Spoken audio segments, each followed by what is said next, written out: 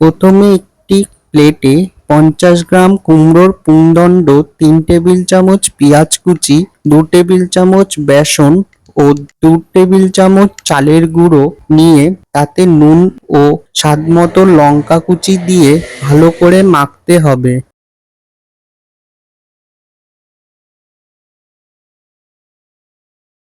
এবার তাতে হাফ চামচ হলুদ গুঁড়ো দিয়ে আবারও কিছুক্ষণ মেখে নিতে হবে।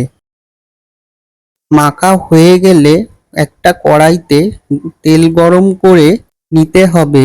তারপর সেই গরম তেলে কুমড়োর পুংদণ্ডগুলোকে কোপ্তার আকারে গড়ে এপিট ওপিট করে ভালো করে ভেজে নিতে হবে যতক্ষণ না হালকা বাদামি কালার হয়ে যাচ্ছে ও ভিতরেও রান্নাটা কমপ্লিট হচ্ছে।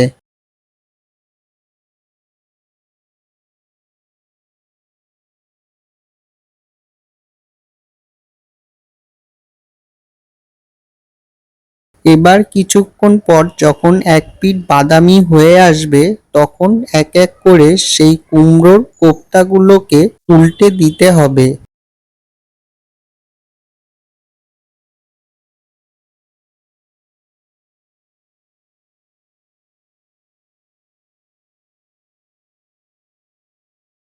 যখন অন্য পিঠটা হয়ে আসবে তখন একটি সার্ভিং প্লেটে লেবু ও সসের সঙ্গে তার সাথে লঙ্কার সাথে পরিবেশন করুন এই স্ন্যাক্স।